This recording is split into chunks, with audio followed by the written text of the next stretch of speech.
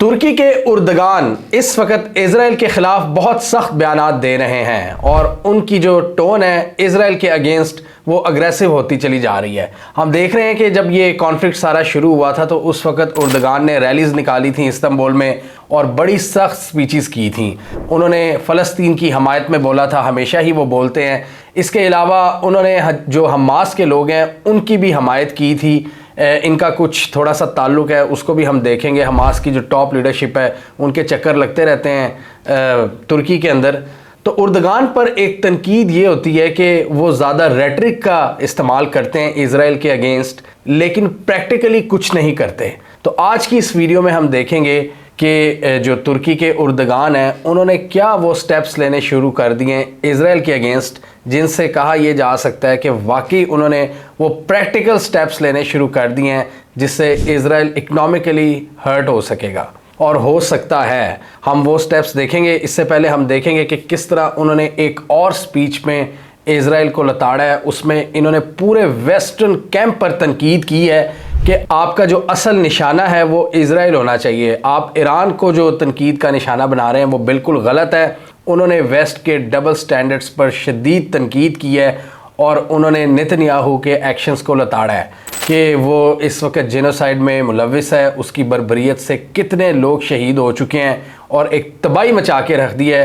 Humanitarian assistance भी वो पहुंचने नहीं दे रहे गज़ा के अंदर, और ये सारी जिम्मेदारी इजराइल और इनकी जो वॉर कैबिनेट है उन पर लाए होती है। तो उर्दगान ने एक बार फिर बहुत ही सख्त अल्फाज का इस्तेमाल किया है। हम देखेंगे कि प्रैक्टिकल स्टेप्स उन्होंने क्या लिए हैं इजराइल के अगेंस्ट, जो बहुत ही इंटरेस्टिंग है। हमने इस वीडियो में भी डिस्कस किया था उर्दगान के कुछ एक्शंस का कि एक पाइपलाइन है जो अज़रबैजान से आ रही है जो बहुत सा तेल प्रोवाइड करती है इजराइल को, उसका क्या बना है। और भी कुछ तकरीबन 54 के करीब प्रोडक्ट्स हैं। उसके बारे में जो तुर्की है वो क्या सोच रहा है इजराइल के हवाले से, जो इनकी ट्रेड है। तो उर्दगान का ये कहना था कि ये पूरा कॉन्फ्लिक्ट जो रीन्यू हुआ है, जो जिसमें इन्होंने ईरान की एम्बेसी को फ्लैट किया है और बाद में ईरान ने जवाबन अटैक्स किए हैं इजराइल के ऊपर, उर्दगान का ये कहना था कि ये सारी जिम्मेदारी इजराइल पर आयद होती है और ईरान ने ये रिटेलिएटरी स्ट्राइक्स की हैं। और उन्होंने कहा कि ख़ित्ता जो जंग की तरफ बढ़ रहा है वो इजराइल के एक्शंस की वजह से बढ़ रहा है और मगरबी ममालिक की इजराइल को सपोर्ट ये उसको इनेबल कर रही हैं। और उन्होंने ये भी वर्ड यूज़ किया कि ये इजराइल को स्पॉइल कर रहे हैं। बेंजामिन नेतन्याहू को ये स्पॉइल करना बंद कर दें तब जाके कुछ मामला बेहतर हो सकते हैं, लेकिन ये इसको ढील दे जा रहे हैं। उन्होंने कहा कि इजराइल प्रोवोकेटिव एक्शंस लेता जा रहा है, इस तरह के दूसरे मुल्कों को बहुत ज़्यादा प्रोवोक करे कि वो एक्शन लेने पर मजबूर हो, जिसके बाद एक जंग का जवाज़ बनाया जा रहा है और इस पूरे खित्ते को जंग की आग में लपेटने की कोशिश की जा रही है। तो फाइनली उर्दगान ने अब वो स्टेप्स भी लेने शुरू कर दिए हैं जिसके हवाले से उन पर तनकीद होती थी कि आप इजराइल को इकनॉमिकली हर्ट क्यों नहीं कर रहे, जो आपकी जो ट्रेड निगोशिएशंस हैं, जो ट्रेड डील्स हैं, उनको क्यों नहीं बंद कर रहे। तो उर्दगान ने कुछ एक्शन लेना शुरू कर दिया है। इनकी डोमेस्टिकली इन पर काफ़ी तनकीद हुई थी और अभी एक इलेक्शन भी ये हारे हैं। एक इस्लामी पार्टी है वहाँ पे जो इनकी अपोजिशन पार्टी है, वो लोकल इलेक्शंस में इनसे बरतरी ले गई थी। तो उसकी वजह ये थी कि उनका ज़्यादा हार्ड स्टांस था इजराइल के अगेंस्ट। वो ज़्यादा प्रो फ़लस्तीन रैलीज़ वगैरह निकाल रहे थे। तो उसके जवाब में उर्दगान को शायद कुछ लोग ये भी कह रहे हैं कि ये पॉलिटिकली थोड़ा सा प्रेशराइज थे, इसी वजह से इन्होंने ये एक फ्रेश स्टेप्स लिए है और तकरीबन 54 ऐसी आइटम्स हैं जो कि इजराइल को ये एक्सपोर्ट करते थे उस पर बैन लगा दिया है। हम देखेंगे कि वो क्या आइटम्स हैं। इसके अलावा उर्दगान ने ये भी कहा है कि हम ऐसी कोई भी चीज़ एक्सपोर्ट नहीं करेंगे इजराइल को जिसको वो मिलिट्री पर्पसेस के लिए यूज़ कर सके। तो ये जो 54 प्रोडक्ट्स हैं इसके बारे में तुर्की की जो ट्रेड मिनिस्ट्री है उसका ये कहना है कि जब तक इजराइल के गज़ा में इस तरह के ज़ालिमाना इक़दाम जारी रहेंगे हम ये सप्लाई लाइन रोक रहे हैं इजराइल को। जो 54 प्रोडक्ट्स अब इजराइल को एक्सपोर्ट नहीं की जाएंगी उनमें है सीमेंट, स्टील, लोहा।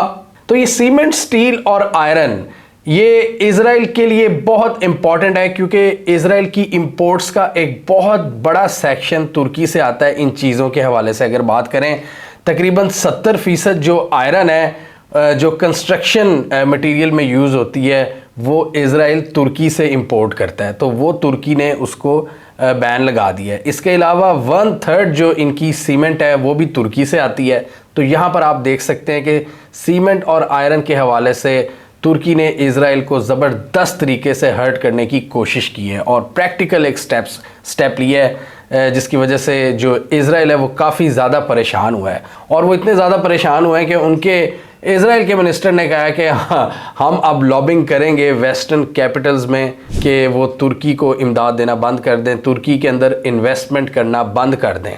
ये इज़राइल का जवाब आया है कि जहाँ जहाँ हमसे हो सकेगा हम टर्की के अंदर इन्वेस्टमेंट को रुकवाने की कोशिश करेंगे। और उन्होंने इल्ज़ाम लगाया तुर्की पर कि ये यूनिलैटरली हमारी जो ट्रेड डील्स थी इनको ख़राब करने की कोशिश कर रहे हैं। लेकिन साथ ही इज़राइली मिनिस्ट्री ने यह भी कंफर्म किया है कि इस बैन की वजह से उनकी मुश्किलात में बहुत ज़्यादा इजाफा हो चुका है, क्योंकि अब इनको दूसरे सोर्सेज से ये सारी चीज़ें प्रोक्योर करनी पड़ेंगी, क्योंकि इतनी बड़ी मिकदार में ये सीमेंट और लोहा टर्की से मंगवा रहे थे। अब इनको दूसरे रास्ते तलाश करने पड़ेंगे और दूसरे जो रास्ते हैं वो डेफिनेटली एक्सपेंसिव हैं, जो दूसरे इनके सोर्सेज हैं जो इधर उधर से इनको मंगानी पड़ेगी।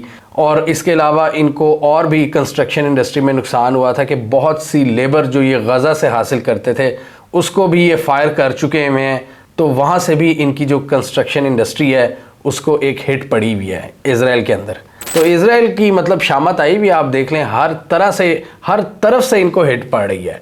एक तरफ से मतलब इनके 4 से 5 इन्होंने दुश्मन पाल लिए हैं अपने आसपास, फ्रेश एक दुश्मनी शुरू हो चुकी है, इन पर हमले हो रहे हैं। और अब इनकी जो कंस्ट्रक्शन इंडस्ट्री है वो इस सीमेंट और लोहे के बैन की वजह से वो भी मुतासिर हो रही है, और इसकी वजह से कंस्ट्रक्शन कॉस्ट डेफिनेटली बहुत ज़्यादा हाई हो रही हैं। तो इसके जवाब में इज़राइल ने कहा कि जितनी भी अमेरिका में प्रो इज़राइली लॉबीज़ हैं हम उनको कहेंगे कि आप तुर्की के अंदर इन्वेस्टमेंट ना करें। ये है इज़राइल का जवाब तुर्की को।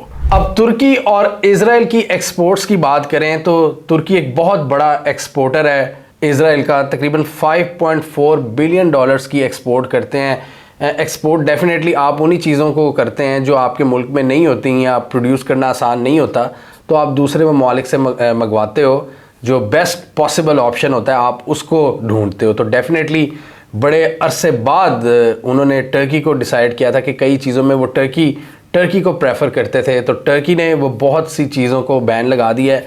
$5.5 बिलियन की एक्सपोर्ट हुई थी लास्ट ईयर, और लास्ट ईयर डेफिनेटली ये जंग शुरू नहीं हुई थी, ये फुल स्केल पे नहीं थी, इस वजह से इनकी जो ट्रेड निगोशिएशंस थी वो बड़ी अच्छी चल रही थी। इनफैक्ट इनके ताल्लुकात ये बड़े क्लोज आ रहे थे आपस में।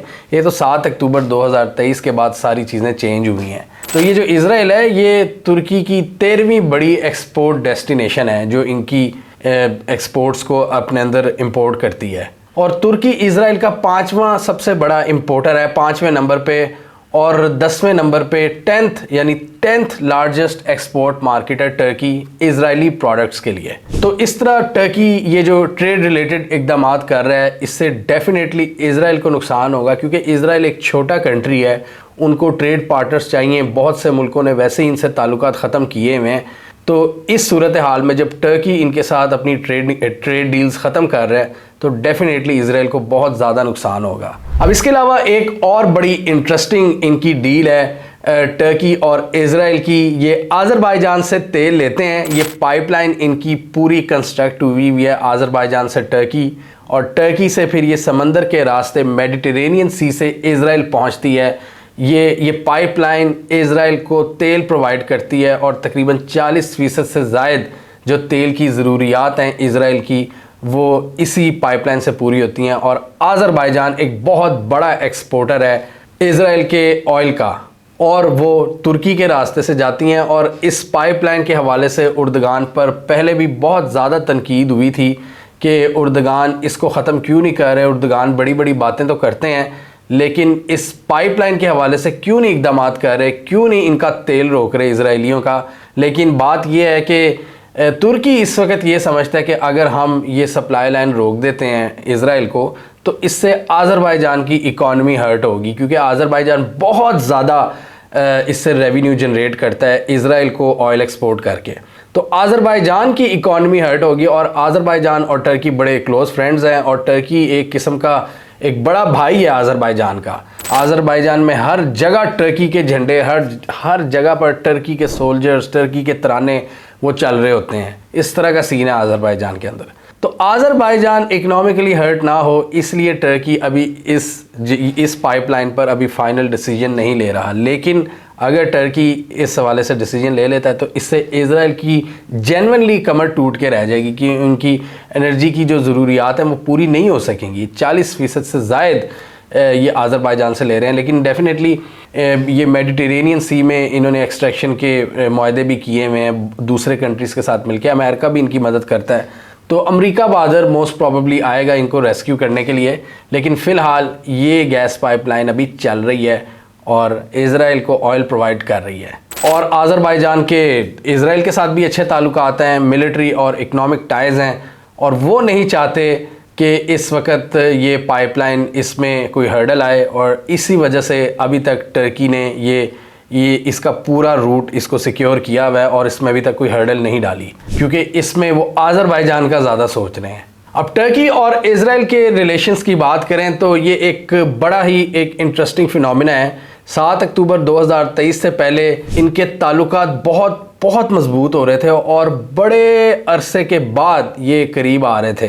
2010 में जब ये फ्रीडम फ्लोटिला जिस पर इज़राइल ने अटैक किया था, इस पर तुर्की ने बहुत सख्त एक्शन लिया था, और उसके बाद ही तुर्की ने अपने ताल्लुकात बिल्कुल ख़त्म कर दिए थे इज़राइल के साथ। तो ये 2021-22 के बाद इन्होंने अपने डिप्लोमेटिक जो रिलेशंस हैं उनको बहाल करना शुरू किया था। इनको रिकग्नाइज़ तो करता है इज़राइल को टर्की, लेकिन इन्होंने अपने डिप्लोमेटिक टाइज़ बिल्कुल ख़त्म किए हुए थे, वो बहाल हुए थे पिछले 1-2 साल में।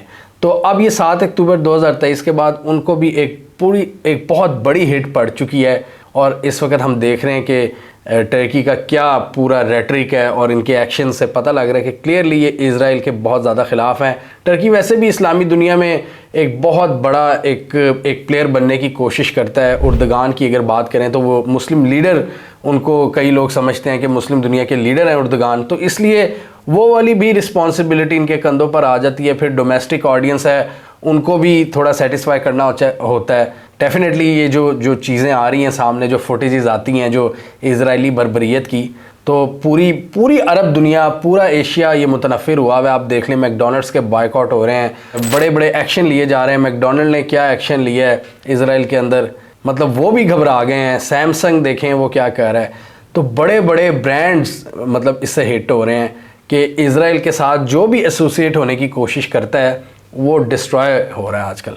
चाहे वो कितना ही बड़ा ब्रांड क्यों ना हो और वो कितना ही बड़ा लीडर क्यों ना हो, उसकी धज्जियाँ उड़ाई जा रही हैं, क्योंकि ख़ुद गोरे भी इज़राइल की बर्बरियत के ख़िलाफ़ कलप उठे हैं और बड़े एहतजाज हो रहे हैं लंदन में, न्यूयॉर्क में, सैन फ्रांसिस्को में, हर जगह पर। लेकिन ये इनकी लीडरशिप ही है, जर्मनी, फ्रांस, यूके और यूएस की, जो अभी इनके साथ खड़ी है इज़राइल के साथ। पॉपुलेशन तो बिल्कुल ही इनसे मुतनफ़र हो चुकी है। जो इन्होंने इक़दामात किए हैं, वर्ल्ड फूड के लोगों को इन्होंने मारा है, इन्होंने गज़ा में 33,000 लोगों को शहीद किया है, इस तरह के ब्रूटल इक़दामात किए हैं, हॉस्पिटल्स को तबाह किया है, यूनिवर्सिटीज़, कोई चीज़ नहीं छोड़ी इन्होंने, पूरा 80% गज़ा उसको डिस्ट्रॉय कर दिया। तो इस वजह से डेफिनेटली ये कुछ लीडर्स इसको अपनी पॉलिटिकल जो कैंपेन है उसमें यूज़ करते हैं। और फिर उर्दगान पर तो ये तनकीद हो रही थी कि आपने प्रैक्टिकल स्टेप्स क्यों नहीं लिए। तो अब उर्दगान ये दिखा रहे हैं कि देखो जी, हम इनके ख़िलाफ़ प्रैक्टिकल स्टेप्स भी ले रहे हैं, और 54 आइटम्स पर इन्होंने पाबंदी लगा दी है, जिससे डेफिनेटली इज़राइल हर्ट होगा, नो डाउट। और इज़राइल को आप देखें हर तरफ से ये ख़तरात का शिकार है, चाहे वो मिलिटरीली, चाहे इकनॉमिकली, हर तरफ से इनको हिट पड़ रही है। एक तरफ ये हिजबुल्लाह है, एक तरफ अंसारुल्लाह है, जो इनकी शिपिंग लाइंस को डिस्ट्रॉय कर रहे हैं, जो कि इज़राइल की जो ट्रेडिंग शिप्स हैं उनको नहीं रेड सी के अंदर से गुजरने दे रहे। वैसे तो ज़्यादा इज़राइल अब मेडिटेरेनियन सी का इस्तेमाल कर रहा है, जो इनकी तेल अवीव वाली पोर्ट है, तो वो वाला रास्ता ये इस्तेमाल कर रहे हैं। ये इनकी जो इलाद पोर्ट थी वो बिल्कुल डिसफंक्शनल हो चुकी है, वहाँ पे कोई ट्रेड शेड नहीं हो रही जो रेड सी पे लगती थी। तो इतना तो नुकसान किया है इनका अंसारुल्लाह हुसीज़ ने, हिजबुल्लाह इन पर हमले कर रही है, फिर ईरान ने स्ट्राइक्स कर दी हैं, फिर इनकी क्रेडिट रेटिंग्स कम की हैं। ये जो आपकी एजेंसीज़ होती हैं, मूडीज़ वगैरह, जो बिज़नेस आउटलुक का बताती हैं, वो कह रही हैं कि जी इज़राइल बढ़ चुका है। फिर आप देखें ये बहुत से ममालिक इनसे मज़ीद ताल्लुकात ख़राब कर रहे हैं। यूएई ने भी कहा है कि अब हम वैसे ताल्लुकात नहीं लेकर चल सकेंगे जिस तरह के इनके इक़दामात हैं।